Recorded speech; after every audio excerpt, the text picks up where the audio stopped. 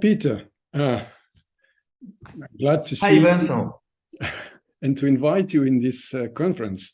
I sent you an email with the topic of the conversation, and I will read it. It's from your point of view, Peter. How does Gestalt support and sustain a vision of a singular and often subversive existence? How this force of resistance to normalization is articulated with the legitimacy and credibility we need in the harsh debate that runs through the psychological and political fields today. And I would be glad to hear you about this sentence, first of all. Yes, thank you. First of all, thank you very much for inviting to be part of this conference that you have. And I'm very excited to speak about this topic because it's one of the topics that I'm carrying since many years or decades, and writing here and there something about that. I call it the political dimension of the Gestalt approach. And just to say something to your sentence that you gave me to speak about, this sounds like to have a vision of singular and often subversive existence seems to be in contradiction to looking for credibility in our nowadays world, in the struggles of political field of being accepted as a modality in psychotherapy. I would say this is not a real contradiction, and it's not even a real polarity when we speak in the terms of polarity, because a credible approach also reflects processes in society. And this is exactly what we do in Gestalt therapy. I would say Gestalt therapy, it's right, it has a subversive change. Laura Pearls was once asked in her older days, why are you not more politically engaged like you were as young persons, you and Fritz?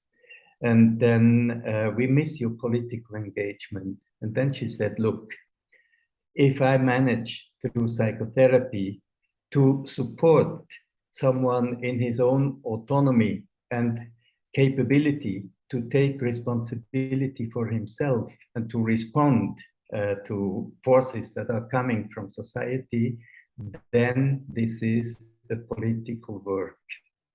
So like that, she showed like psychotherapy or Gestalt therapy has a subversive element in supporting the I functions of the person, and in order not to fall in regression when some power out of the field comes that asks for regression or just to obey and to fulfill requirements, which is especially the case when there's a lot of fear in the field, like it was in the pandemic, like it is with the danger of war, and also like it is with the climate catastrophe that we are right now facing and cannot deny anymore. So I think credible approach in psychotherapy that does not reflect these things and does not criticize authoritarian way of managing it would not be really credible. It belongs together. These are two parts of being subversive, being critical, and at the same time accepting that there is something that we have to respond to. And as Gestalt therapists, we have this concept of creative adjustment, which allows to adjust to something that we cannot change, but to do it in a way that we still can do it in our way with our self-responsibility. Yeah. Maybe this is the first part of an answer. Yeah, I hear you, Peter. But by thinking back on the pandemic and maybe on the war in Ukraine, I remember there were people, my colleagues, who were really one-sided.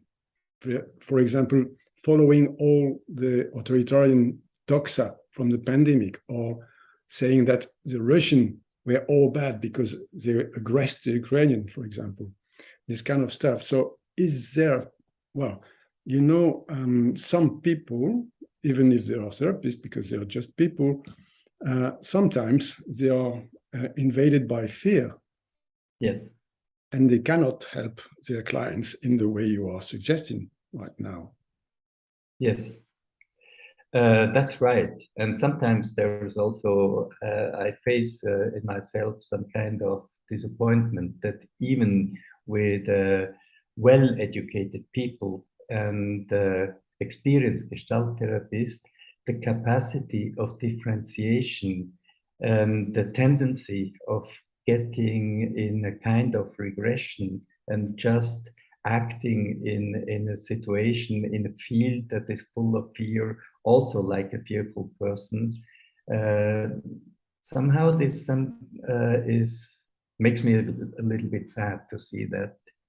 But anyway, we are human beings. Also, we psychotherapists, and we have our fears, and we are living in a contemporary time where we have big fears about war. The war could extend to a third world war.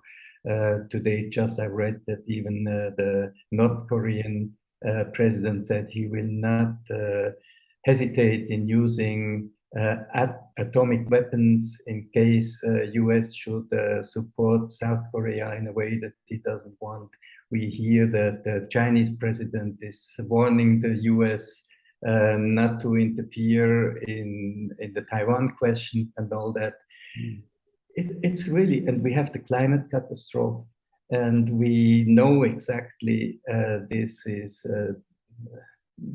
demolishing our own ground of living on the planet, and in a way we are helpless.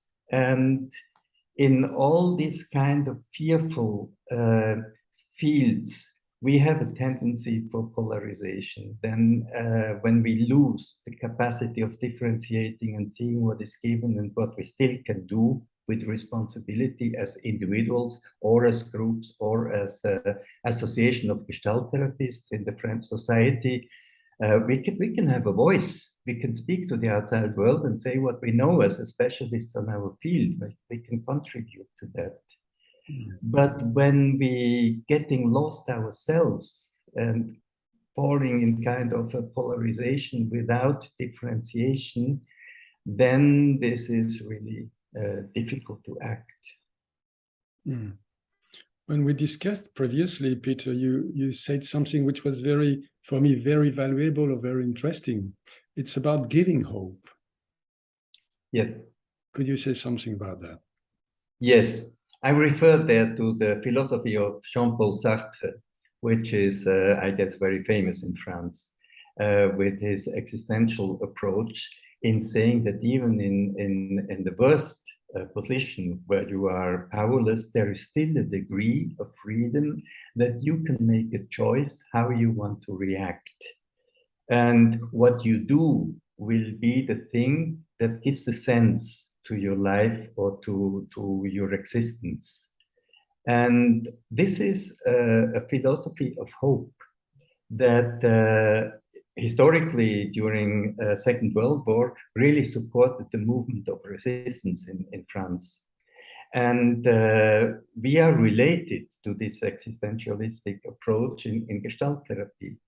And I think this is really our mission, to always to have a look as a therapist when we are working with a client, even if it's about individual suffering, if it's about how intimate system is functioning or how it is in a wider field of the profession, just to look, okay, what is it that I cannot change because it is given, but where is the degree of freedom where I can act in my way to give a response to this, not to lose my face and to my identity.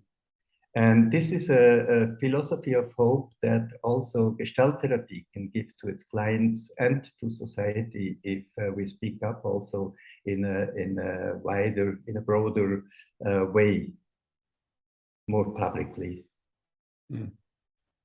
And you said something. In fact, like psychoanalysis does since many, many years. They are the best heard voice of psychotherapists giving analysis to social conditions, but using their approach, their models. Yes. And Gestalt therapies, unfortunately, are not so public with their wisdom. Yes, because they publish outside their own world. They publish almost everywhere. And we don't do so much. Exactly. And that's my plea to all that are listening right now. Please write something in daily newspapers and share your wisdom also with a wider community, not just with the Gestalt community. And you said also something about research when we talked together. Yes, also there is the question, how can we stay somehow critical and somehow subversive in the field of research and getting accreditation as a well-researched approach, because we need to show that if we want to be taken as serious that we do some research. But right now, or since a couple of many years or too many years, the RCT paradigm is seen as the gold standard, and the RCT design is not coming from psychotherapy, it's not coming from social science, it's coming from pharmacology. And therapist is not a drug, and psychotherapy is not a drug that you give and that you can measure if it's working or not working with double-blind studies. I don't know how a therapy should look like that is double-blind.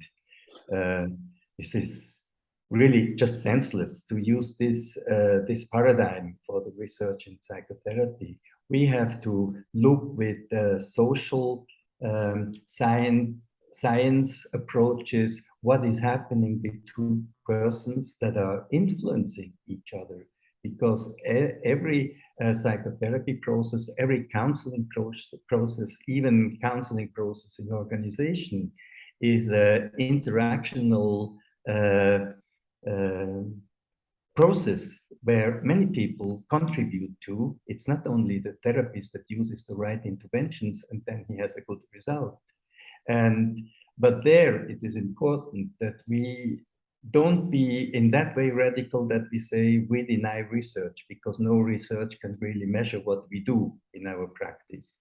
Then we get out of the field. What we have to do is to create our own ways of research that are somehow compatible with the standards that are given in the world of research, but that fulfill also our requirements to really look to the process and what is happening between persons in how they encounter together, how they interfere with each other and co-create the process which is healing for the client. And when we do that, then we will be taken as a serious modality. And if we just do the same, like just make some manipulative RCT designs, we will be seen as people that try to do what others did, and everybody knows it's not fitting to our approach, and then they will say, what kind of approach is this? They don't have an identity. Yeah. I would like to come back to one thing you said previously. It's about the background when there is some pandemic or the war, for example, in Ukraine. Yeah. There's a background of fear. Yes. Yeah. And so then anxiety raises and people lose their own sense of selves. They tend to be in confluence or to be in opposition. And they lose the sense of differences and how to deal with the differences. And, yes. And you said, well, I think that's very important. Could you say more about that? Okay, yes. Well, I was summarizing somehow the big field that we are living in right now with the fears of the pandemic. It can be the monkey pox that are coming as next, and other variants, and the wars and the climate catastrophe. And to see this, we are in a phase that we are really facing the fear of death. the fear of getting destroyed. And this creates a lot of panic, and it's very hard to stay on a position of, I would say, as a grown-up that can analyze what is logic in this, what is rational in this, and what is not correct. And the tendency, this shows history in such times, is that people tend to polarize. They ask for leaders that know the best. And one position is then just to obey the government and trust them fully that they know what they do. And then you believe so-called experts, health experts, what they say. And the other one is that it's always a period also where some groups, esoteric groups with gurus that know alternative solutions, and then people start to follow this kind of leaders. And what is common to both of them, that just obey to the government or that just obey to a certain movement of anti-governmental thinking, is that both lose their own sense of having an own opinion and putting the own positions. It's like starting to go into a regression to belief systems that they don't critically prove anymore. And this is very sad to see when also psychotherapists go into such processes. And I saw many colleagues during the pandemic that you could not, it was difficult to keep what is a speciality of Gestalt therapy, to keep a dialogue over different opinions. So they just say, okay, I don't talk with you anymore. You're not my friend anymore. And this happens in the war issue between Russian colleagues and Ukraine colleagues. This happened in the pandemic. It has no sense to discuss with you anymore. And it's understandable, because in a moment of fear and in a moment of facing, especially in war conditions, you are not in a mood of wanting to hear the other side. Then you're just defending your life, and you put away anything. You reduce complexity to what you need for the daily survival. And so you can trust the process that sooner or later, when the situation, when the field is getting different and fear is reducing, then there will be more ability again to look critically with a more sense of wanting to hear the other. In face of self-defense, you don't want to hear the other. But who is fighting is not listening. Yeah. And I think Fritz Perls said that. So you have to wait until somebody is ready to listen, and then it makes sense to continue a dialogue. And there is something I learned when in my groups of therapy, is when somebody is entering in kind of a regression state, there is one thing you have to do, or you can do, or both. It is stay in contact with this person. Right. So could we imagine something on a more global situation like that? Can we think about that in a way could help us? Yes, I think, well, on the personal level, I keep contact with my Russian friends, although, and I even participate online on conferences in Russia that they have from that institute that I'm cooperating with. And this is very important. They gave me the feedback that they appreciate this very much, to have somebody also from outside of Russia who's still giving attention to how they feel in this situation. This is something that we can do on our private individual level. And what I liked very much is like EAGT was dealing with that. They created a forum for people for exchange, how they experience the situation, including Russian and Ukraine people. And when the force came, no, we have to exclude the Russians, the HET responsible said, no, we don't exclude anyone. This is a forum for exchange, even in crisis and even to gap the difficulties that we have. And this is another nice example. Just recently, I discovered from another modality called process-oriented psychotherapy.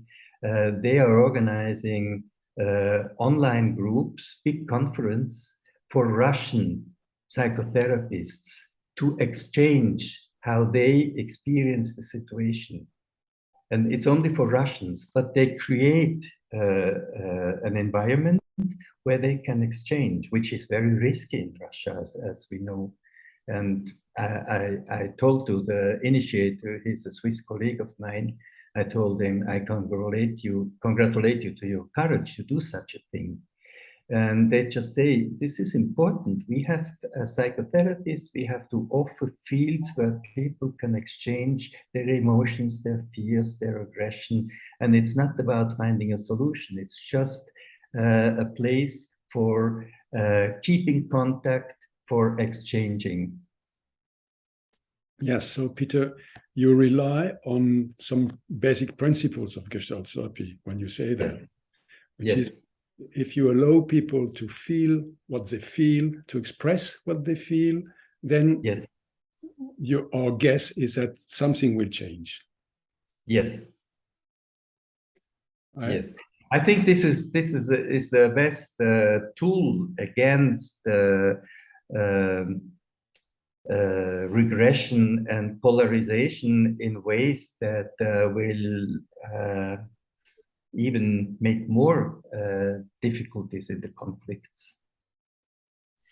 And this is according also to the humanistic values of accepting differences and appreciating differences and finding solutions, but keeping in contact and not just use power to extinguish the other part.